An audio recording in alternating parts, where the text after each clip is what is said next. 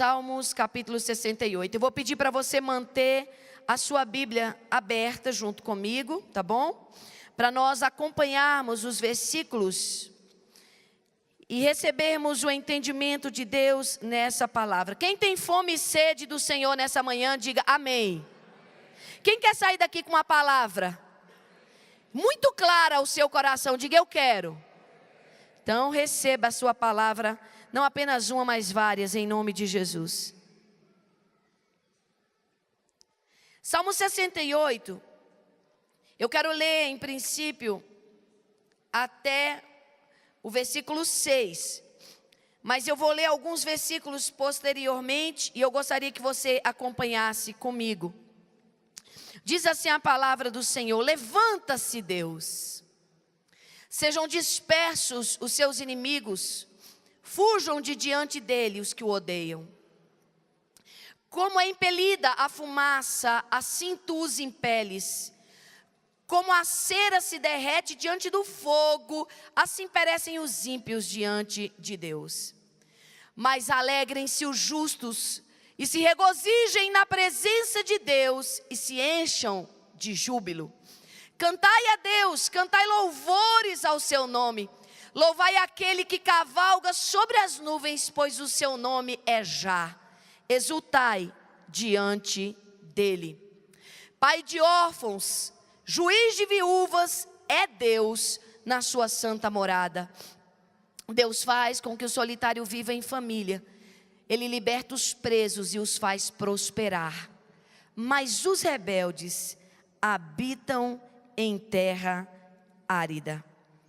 Quando esse versículo termina, do versículo 7 até mais ou menos o versículo 13, o Senhor vai falando, o salmista vai falando, digo melhor, sobre a transição do Senhor com o seu povo, conduzindo o seu povo a sair do deserto e a ir até a sua terra prometida.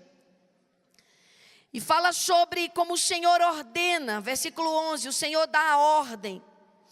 E um grande exército traz boas notícias. Eu amo porque a tradução original diz grande é a falange das mensageiras das boas novas. Fala das mulheres aqui.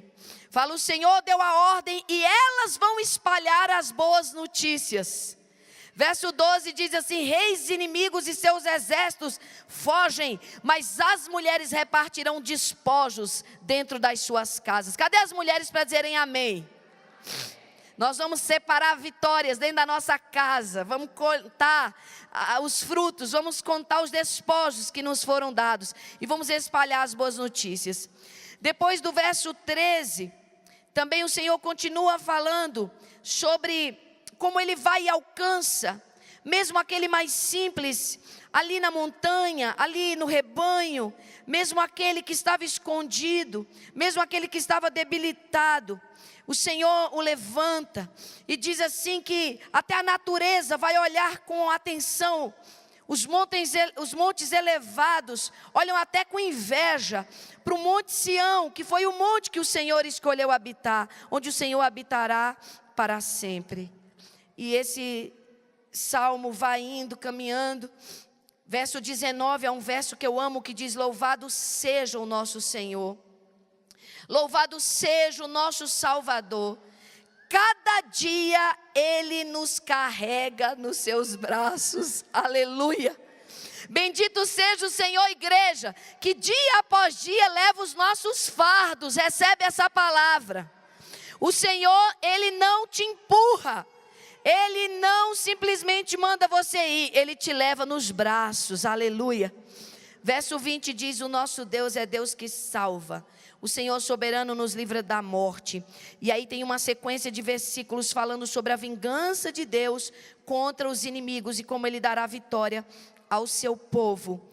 E eu quero ler o último versículo, 34 e 35. Anunciem a todos o poder de Deus. Sua majestade está sobre a igreja. Sua majestade está sobre Israel. Sua força, ela é poderosa nos céus. Deus é temível em seu santuário. Ele é o Deus de Israel. e o Deus de Israel dá força e poder ao seu povo. Igreja, diga assim comigo: meu Deus, abra sua boca e diga: o meu Deus me dá força e poder. Pai, nessa manhã, impregna em nós a tua palavra, que ela possa ser implantada com mansidão e trazer os frutos para os quais o Senhor enviou. E hoje o Senhor nos arrebate de nós mesmos e das mãos dos nossos adversários e nos faça estar no lugar onde a tua bênção nos alcança. Oramos porque cremos. Traz a ti cada coração nessa manhã. Como ribeiros de água, eu coloco o coração de cada homem e mulher neste lugar. Nas mãos do Senhor, inclina para o teu querer. Em nome de Jesus Cristo. Amém e amém. Queridos, esse texto, ele ensina tanto. Você pode passar um ano lendo Salmos capítulo 68, que você vai ter remas para cada dia. E esse texto, ele começa dizendo: levanta-te, ó Deus, e dispersa os teus inimigos. Fujam de ti todos os que te odeiam. Porque esse texto, ele eleva a força do Senhor. E ele traz um parâmetro para nós, de que todas as coisas estão debaixo do poderio e do domínio de Deus. Nada para Deus é difícil. Nada para Deus, já diz a palavra, é impossível. Nada para Deus é complicado. E não há nenhum tipo de bem que Deus não nos queira dar. Olha só que coisa mais linda. A Bíblia fala aqui nesse texto que Ele é o pai dos órfãos. Ele é o defensor das viúvas. Tem uma tradução que diz: é o marido das viúvas. Esse Deus cuja habitação é santa. Esse Deus que dá família a quem vive só. Esse Deus que liberta os presos. Talvez você conheça pessoas altamente oprimidas por demônios. Ou talvez você mesma se sinta oprimida por demônios. Ou oprimido por sentimentos. Pastora, só Deus sabe a batalha emocional que eu enfrento. É medo, é pânico, às vezes é inveja, às vezes é ressentimento, às vezes é uma tristeza, eu não sei explicar de onde vem nem para onde vai. Pastora, tem monstros a serem dominados na minha alma.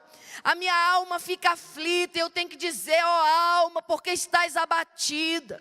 Espera em Deus, porque tu ainda o louvarás, a Ele teu auxílio e teu Deus.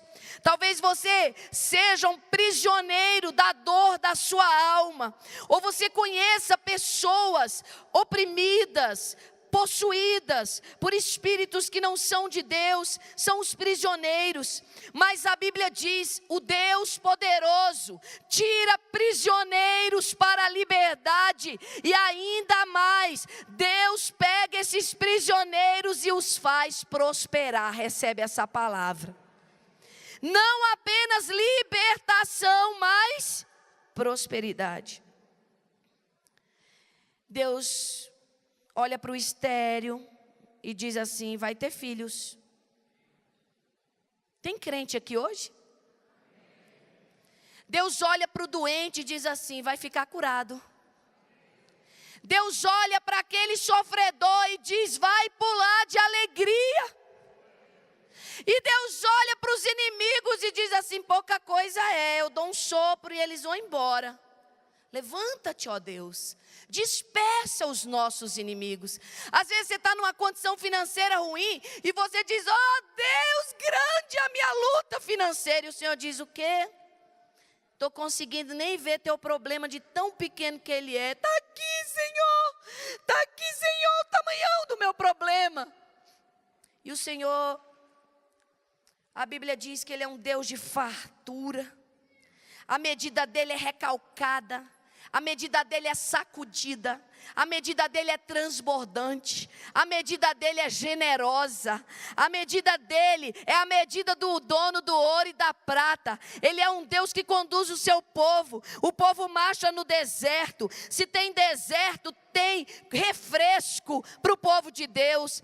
E se tem necessidade, escassez, a Bíblia diz ali, ele estabelece o povo dele. E no meio da escassez, lhes providencia uma farta colheita. Vai ter farta colheita, aleluia. O Senhor chama reis, levanta soldados. E aí o povo diz assim, não, deixa as mulheres quietas. Deixa as mulheres quietas. Aí Deus diz, não, vai ser grande a falange das mensageiras das boas novas. Eu não só uso homem não. Para Deus não só tem homem. A Bíblia diz, para Ele não só tem homem ou mulher, judeu ou grego. Ele é um Deus inclusivo. Ele é um Deus que age no superficial para tratar aquilo que tem que ser tratado e age no profundo para tratar o que tem que ser tratado também. Ele tira preconceitos, Ele tira diferenças, Ele tira impossibilidades, Ele dispersa, Ele atrai, Ele levanta, Ele abate, Ele leva, Ele traz, Ele cerca, Ele vem, Ele sobe, Ele desce. Ele é o nosso Deus, aleluia. Pode aplaudir se é para Ele, dê a Ele toda a glória.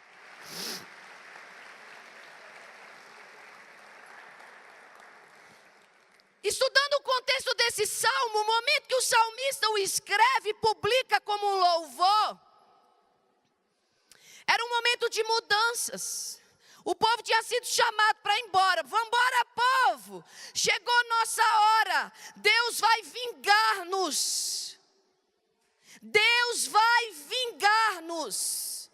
Prepara, porque esse tanto de encrenca que tem no meio da congregação vai ser resolvida. Louvado seja o Senhor. Louvado seja o nosso Salvador. Os líderes começaram a anunciar. Presta atenção, meu povo. Deus está levando o teu fardo. Recebe essa palavra na tua vida hoje de manhã. Entrega esse fardo grande que você trouxe ele. Deixa ele hoje aqui na presença do Senhor e sai leve. Em nome de Jesus. Se você crê, diga amém. O nosso Deus é Deus que salva. Verso 20. O Senhor soberano que nos livra da morte. Mas o diabo, Senhor, ele é terrível. Ele está oprimindo, Ele está trazendo ruína. É muita maldição, Senhor, é muita luta. Olha essa pessoa, olha aquela, olha meu filho, olha meu pai, olha meu marido. Olha essa situação, olha essa luta. E o Senhor diz assim, quem é mesmo o teu inimigo? Eu vou esmagar a cabeça dos inimigos. Vou esmagar o crânio dos que insistem em te fazer pecar. Meu povo, diz o Senhor, eu vou manifestar minha força. Vou mostrar o meu poder divino, como eu já fiz um dia, vou fazer de novo. Cantem a Deus, reinos da terra. Cantem louvores ao Senhor. Cantem aquele que cavalga pelos céus antigos. Aquele cuja voz é poderosa e troveja. É tempo de anunciar a todos o poder de Deus, sua majestade sobre Israel. Sua força é poderosa nos céus. Deus é temível em seu santuário. Deus é o Deus da igreja. Ele dá força e poder ao seu povo. Mas eu estou montando todo um cenário para vocês aqui hoje de manhã. Aonde eu quero que a igreja comece essa meditação com uma conclusão. Não há nada que Deus não possa fazer. Você pode dizer isso junto comigo? Diga, não há nada que Deus não possa fazer. Pensa no seu maior desafio agora. Qual é o teu maior desafio hoje? É pessoal? É familiar? É igreja? É nação? É dinheiro? É o quê? Qual é o teu maior desafio? Pensa nele agora. Agora vamos colocar uma palavra sobre esse pensamento. Diga bem forte, diga, não há nada que Deus não possa fazer. Amém. E quero que você traga junto com essa conclusão um complemento. Não há nada que Ele não esteja disposto a fazer para nos abençoar. Aquele ventre mais ressequido vai fecundar. Aquela terra amarrachada vai florescer. Onde tem nada, vai ter tudo. Mas tem um conselho. Um só. A palavra dessa manhã é para um conselho. Deixa o Espírito Santo te cercar com toda essa possibilidade de milagre. Deixa Ele baixar essa nuvem de entendimento na tua mente. E acata um conselho da palavra de Deus para você. Só tem uma coisa que poderia te acontecer e que poderia comprometer o resultado dessa equação que a gente está vendo hoje na palavra, que é a equação de você terminar vencendo. A Bíblia diz, o seu nome é o vencedor. Ele saiu vencendo e para vencer, e aos que chamou, Ele os declara como mais que vencedores. Mas há um conselho, é o conselho do versículo 6, e foi essa palavra rema que Deus me trouxe em profecia para você nessa manhã. Só tem um tipo de gente que não vai viver nada disso que eu falei. O ventre não vai abrir, a terra não vai molhar, a colheita não vai chegar, a força não vai vir, o poder não vai alcançar, o cabeludo crânio dos inimigos não vai ser esmagado. É tudo o contrário do que falamos para essas pessoas. São os rebeldes. A Bíblia isola esse grupo de gente. É como se eu dissesse aqui nessa manhã, quem é alemão, fica de pé. Fiquem de pé os alemães. Digamos que a gente não tem alemães aqui nessa manhã, tomara. Mas se eu dissesse, fiquem de pé os alemães, e tivessem 4 ou 5 alemães, venham aqui, eu isolo esse grupo estrangeiro. Tudo que eu vou falar aqui só diz respeito aos alemães, tem nada a ver com você. O Senhor definiu um tipo de gente que vai morar na terra estéril e sobre cujas vidas todas essas promessas poderosas não vão chegar. São os rebeldes. De repente a gente poderia tentar ser um pouco inclusivo. Pastora, não pastora. Pastora, põe os imorais aqui nessa terra. Manda os imorais morarem aqui também, pastora. Manda esse povo assim meio leviano morar aqui também. Pastora, põe os religiosos para morar com os rebeldes. Leva eles para lá também. Também merece esse tanto de castigo aí. Não vê nenhuma bênção dessa. Pastora, vamos fazer o seguinte. Põe os idólatras. Os idólatras, põe eles aí também. Num território que Deus definiu, ninguém mete a mão. Está entendendo, igreja? Quem está entendendo, diga sim. Quando Deus define um território, é Deus quem define. Ele diz quem vai ser abençoado, Ele diz quem vai ser amaldiçoado. Ele diz quem vai receber a bênção, Ele diz quem não vai receber. Ele diz o que tem que ser feito e Ele diz o que não é para fazer. Ele disse, na terra deserta vão morar os rebeldes. Misericórdia. Na terra rebelde vão morar o deserto vai morar junto com os rebeldes vão morar junto com o deserto.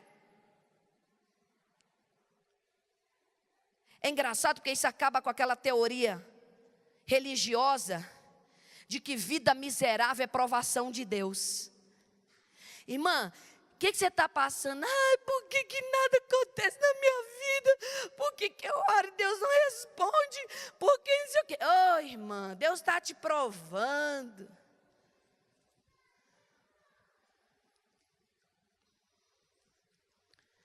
Essa palavra coloca no meu colo e no seu colo a responsabilidade do tipo de vida que eu quero viver e do tipo de colheita que eu quero ter. Só tem uma coisa que o meu Pai, o meu Deus, meu Senhor, meu Salvador disse, Laudijane: se você quer ser abençoada, não seja rebelde.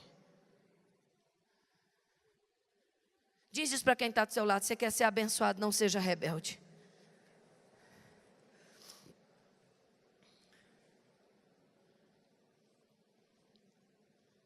A Bíblia é bem clara em relação ao papel de Deus. Não temos dúvida sobre aquilo que Deus quer fazer por quem o serve. A promessa não é apenas para pós-morte. A promessa é para a vida. A promessa é para agora. Deus quer e vai suprir necessidades. Solitários vão viver em família. Mesquinhez, miséria e escravidão vão ser substituídas por fartura, colheita, prosperidade. Mas sabe, você precisa vigiar muito de perto, com o auxílio poderoso do Espírito Santo, o seu coração. Terra estéril é lugar exclusivo de rebelde. E é interessante que muita gente confunde rebelde com revoltado. Pastora, aquele irmão, ele é um rebelde. Ele é revoltado, pastora. O rebelde e o revoltado são pessoas diferentes. O revoltado, ele pode viver um conserto porque ele se revolta contra uma situação, não contra a pessoa de Deus. E se Deus o encontra num momento de revolta, Deus mesmo o acolhe. Eu vejo vários e vários textos na Bíblia, inclusive do próprio salmista com revolta. Oh Deus, por que tu te esqueceste de mim? Por que estás longe? Por que tu não ouves o meu clamor? Por que até que a minha boca está seca de tanto clamar e o Senhor não me responde? Isso é uma revolta. Está revoltado com a situação, está revoltado com aquele silêncio, está revoltado com aquela dor, está revoltado com aquela pessoa que está ali e não compreende a situação que ele está vivendo, está revoltado com a doença, está revoltado com a escassez, está revoltado com a falta, está revoltado com seus sentimentos, está incomodado, está em turbilhão, e aí diz: ah Deus, parece que estás longe, parece que não ouves, parece que nada dá certo. E enquanto essa pessoa estiver atenta à situação e totalmente incomodada por ela, inconformada, mas parada no sentido de estar na presença de Deus, falando sobre pessoas ou situações e crendo no seu íntimo que só Deus tem poder para mudar a sua sorte, tem esperança para ela. A rebeldia é diferente disso. A rebeldia, ela é interior, é profunda. Muitas vezes silenciosa, velada, interna, não mensurável pelas pessoas que estão ao seu redor, mas claramente descoberta e vista por Deus. A rebeldia, ela se revela na forma como você enxerga Deus, na visão que você tem dele. A rebeldia se manifesta na maneira como você enxerga as pessoas. É aquilo que a Bíblia diz: se os teus olhos forem maus, não vai ter caminhos retos para você. Mas se os teus olhos forem bons, todo o teu corpo vai ser luminoso. Cuida para que a luz que há em ti não seja treva, porque se ela for treva, vai ser treva grande. O rebelde, ele fala de língua maldosa, às vezes até protegido pela palavra. É brincadeira, gente, é brincadeira, mas que o fulano é um sonso, é. O rebelde é o ressentido, é o descontrolado, é o mentiroso, é aquele que não teme e não reverencia a palavra do Senhor. O rebelde é aquele que não dá a quem é devido à sua posição, por exemplo, pai e mãe. Ele simplesmente diz: eu não estou nem aí. Se a Bíblia diz que eu tenho que honrar meu pai e minha mãe, se eu tenho que colocar meu pai nessa posição, minha mãe não, então eu coloco na posição que eu quero. Eu sou adulto, eu faço o que eu quero. Negócio de marido, mandar em mulher, coisa ridícula, ultrapassada, esse troço de submissão. Olha o tempo que a gente está, século 21. Mulher trabalha mais que homem, mulher ganha mais que homem, mulher age mais que homem. Mulher está aí, comandando as altas posições. Esse negócio de submissão a marido, eu submeto se eu quiser, eu faço o que eu quero, do jeito que eu quero. A ideia é minha, o pensamento é meu, o dinheiro é meu, a família é minha. Eu tenho minha vontade, tenho minha opinião e eu faço o mesmo. Eu cumpro a Bíblia, o que eu quero cumprir dela, a parte que eu aceito, que eu não aceito, eu resolvo o que eu faço. O rebelde não dá ao outro lugar que é dele, porque Deus mandou dar. Ele só dá se ele quiser. No entanto, a Bíblia diz: mulheres, sujeitai-vos aos vossos maridos. Quando eu casei, eu não ganhava dinheiro nenhum praticamente. Aliás, quando eu casei, eu ganhava um salário de professora, que compunha a nossa renda. E era muito importante para nós. Depois meu filho mais velho nasceu, Daniel, eu deixei o meu emprego e Keison começou a sustentar a nossa casa sozinho. Logo depois Deus abriu algumas portas junto ao ministério dos meus pais, e o meu pai me bonificava com alguns recursos, o que me ajudava a ter um pouco de dinheiro para trazer para a nossa casa. Isso durou uns 3 anos. Depois, quando Deus nos chamou para vir trabalhar e servir ao Senhor aqui em Taguatinga, eu deixei o meu pai e minha mãe. E aí o salário que o meu pai me dava já não me dava mais, e eu comecei a viver da fé. E o meu marido, que recebia o salário da igreja, sustentava a nossa casa. Então, se eu queria comprar uma Havaiana, eu falava: amor, a gente pode comprar uma Havaiana? Porque a minha Havaiana está velha, está gasta, está surrada. Pode, a gente pode comprar uma Havaiana, vamos lá comprar uma Havaiana para você. Amor, eu preciso de dinheiro para cortar meu cabelo, para fazer minha unha, eu preciso de dinheiro para fazer uma depilação. Amor, você pode me dar R$100, porque eu vou precisar para isso, para aquilo. Tudo eu tinha que pedir para o meu esposo. Depois de algum tempo, depois de uma caminhada, Deus foi me abrindo portas pessoais de recurso. E através do meu próprio ministério, que Ele mesmo me deu, como a Bíblia fala, Ele me acrescentou as fazendas. O óleo da segunda vertente da oliveira, que Josué vê a oliveira por 2 lados. E Deus começou a fluir um óleo de prosperidade nas minhas mãos. Tinha dias que eu chegava em determinados lugares e as pessoas eram tocadas por Deus, chegavam e me ministravam valores. E Deus começou a me dar recursos através do meu próprio material de ministério. E aonde eu vou pregar, e aí às vezes há uma honra, uma oferta voluntária que eu não cobro, mas que as pessoas me dão, e eu comecei a ter recursos financeiros. Mas o meu procedimento em relação ao meu esposo nunca mudou. O dinheiro não é meu, o dinheiro é nosso. Não é porque agora eu ganho que eu vou dizer eu faço e é do meu jeito. Eu continuo submetendo o meu coração a Ele. Eu não preciso pedir R$10 a Ele, porque Ele não é o meu pai, Ele é o meu marido. Se eu sei que eu tenho dinheiro, eu não preciso. Amor, você me dá R$10? Mas o meu coração continua submisso. O meu coração continua no mesmo princípio, porque Deus falou comigo: se você quiser a prosperidade que vem de mim, não seja rebelde. Não pense que um dia você vai crescer e deixar as autoridades que eu constituí na tua vida. Mãe continua sendo mãe, pai continua sendo pai, marido continua sendo marido, pastor continua sendo pastor, professor continua sendo professor, chefe continua sendo chefe. E quem quer ver a bênção de Deus chegar na sua vida, tem que ser sujeito a autoridades. A Bíblia diz: sujeitai-vos às autoridades, tenha o seu coração rendido a elas como ao Senhor.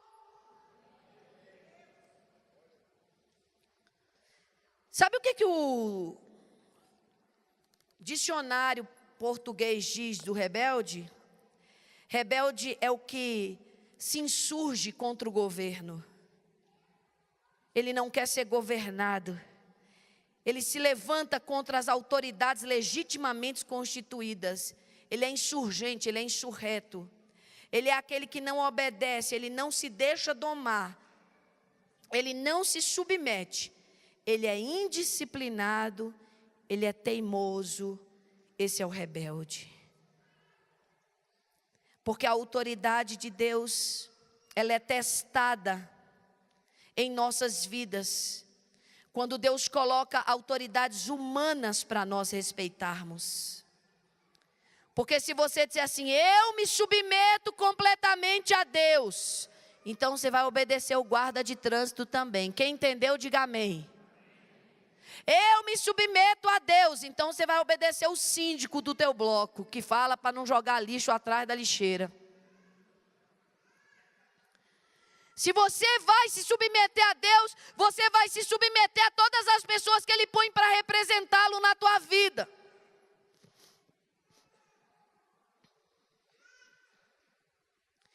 O rebelde, ele quer fazer tudo na força do seu braço e pesa, viu? Ele não tem um Deus presente na vida dele para lhe dar força e poder para levar o seu fardo todo dia. Ele anda carregado. Talvez você tenha entrado aqui hoje de manhã tão pesado e não sabe por quê. E hoje o Senhor está dizendo: você vai abandonar a rebeldia e esse fardo terrível vai sair da tua vida. Você não pode fazer nada na força do seu braço. A Bíblia diz: confia no Senhor de todo o teu coração. Não te estribes no teu próprio entendimento. Reconhece-o em todos os teus caminhos e Ele endireitará as tuas veredas. Provérbios capítulo 3, versos 5 e 6. O rebelde acha que pode burlar as regras. Ele quer que as coisas sejam do jeito dele. E acham que tem que ser. O rebelde muitas vezes está na casa de Deus, levanta as mãos para louvar, dobra os joelhos para orar, mas não se submete àquilo que está escrito. Ele ouve, mas não obedece. Ele vê, mas não reconhece. Ele até traz a oferta no altar, mas ele não rende a sua vontade. Hoje Deus está dizendo: enquanto é tempo, filho, corrige o teu caminho. Enquanto é tempo, filha, corrige o teu caminho. Eu tenho encontrado tanta gente falando assim: ah, pastora, é sério, eu estou questionando Deus, viu? Eu estou questionando Deus. Eu estou questionando Deus, porque eu não aceito essa situação. Se você não aceitar a situação, mas aceitar a vontade de Deus, seu questionamento vai ter resposta. Agora, se você está questionando a autoridade do Senhor e está endurecendo a tua massa, acho que eu já contei isso aqui, que uma das coisas que mais me marcou quando meu pai morreu foi o fato do meu pai ter me dito nos seus últimos dias na terra: minha filha, eu tenho um pedido para te fazer como pai. Eu falei: faça, pai. Pensei que ele ia pedir tantas outras coisas. Ele disse: seja uma massa mole, deixa Deus te quebrar, deixa Deus te moldar, deixa Deus te tocar, deixa Deus converter sua vontade, filha, porque Ele vai fazer isso de uma forma ou de outra. Se você for quebrantada, vai ser mais fácil. Se você for dura, vai ser mais difícil, filha. Eu nunca posso esquecer as palavras de conselho do meu pai. Tem dia que eu sinto que a minha alma, o meu ímpeto, o meu ser, o velho eu, estão acordados, estão assim, energizados, tomaram uma energia estranha, estão bem vivos, a carne está bem viva, o eu quer comandar, quer se insurgir, quer dominar, quer decidir, quer fazer, e eu fico com medo de mim mesma. Já teve medo de você mesmo? Pastora doida, pastora que tem medo, tenho. Tenho medo e pego esse medo e coloco diante do Senhor e digo: Deus, não deixa o meu eu me sufocar. Não deixa a minha vontade prevalecer, não deixa o diabo me enganar, usando minha própria consciência, que a Bíblia diz que ela fica cauterizada no ímpio. A Bíblia diz que a pior coisa que pode acontecer com um homem e uma mulher é Deus entregá-lo ou entregá-la à sua própria vontade. Acabou. É perigosíssimo Deus te entregar à sua vontade, você vai fazer loucuras. Tem um tipo de gente que o apóstolo Paulo diz: esse povo é impossível ser recuperado. Eles não voltam ao arrependimento. Eles já fizeram aliança com o próprio eu, com a própria vontade, já conheceram a vontade do Senhor, disseram não, se afastaram, se indignaram, são os rebeldes. Esse tipo de gente não tem lugar de arrependimento, eles não vão voltar. Eu tenho temor de Deus sobre isso. Tem dia que eu gasto momentos de oração, dobro meus joelhos só para dizer para Deus: me domina, Deus, me controla, Deus, controla meus pensamentos, controla meus sentimentos, controla minhas atitudes, controla minhas palavras, me defenda de mim mesmo. Porque até para o Satanás achar espaço na vida de uma pessoa, ela tem que dar. Sabia disso? É ela que dá o espaço para ele agir. Ele chega com a tentação e pergunta: vai querer? Vai querer? Você vai querer? Aí você pode dizer: arreda, Satã, o Senhor te repreenda, ainda que eu queira, eu não vou aceitar, saia em nome de Jesus. Digam amém, igreja.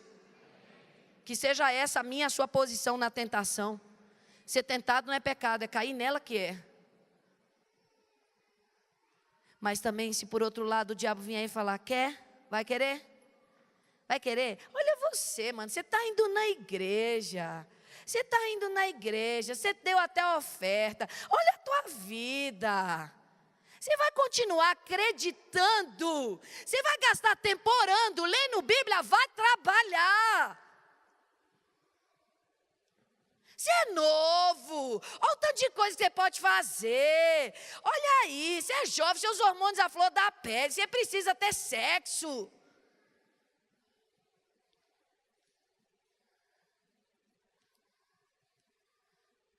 Aí você tem que dizer: quem vai dominar o teu espírito?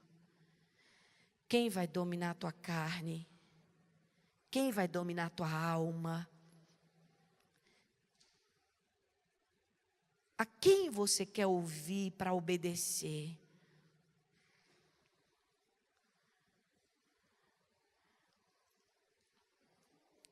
Você tem que voltar todo dia, cada dia, a essa palavra aqui, ó, gente. Volta todo dia. Volta todo dia para ela. Senhor, tem um tipo de gente que eu decido que eu não vou ser. Eu não vou ser rebelde. Diga comigo: eu não vou ser rebelde. Quem tem essa fé no seu coração, diga com mais convicção: eu não vou ser rebelde. Não, vamos falar melhor, vamos falar: eu não sou rebelde. Eu não sou rebelde. Fique de pé no seu lugar nessa manhã. A terra deserta não é para você. A terra deserta não é para você. Para você são os milagres. Para mim são os milagres. Para nós é a correção, a cura, o suprimento, o conforto, a intervenção de Deus. Essa é para nós.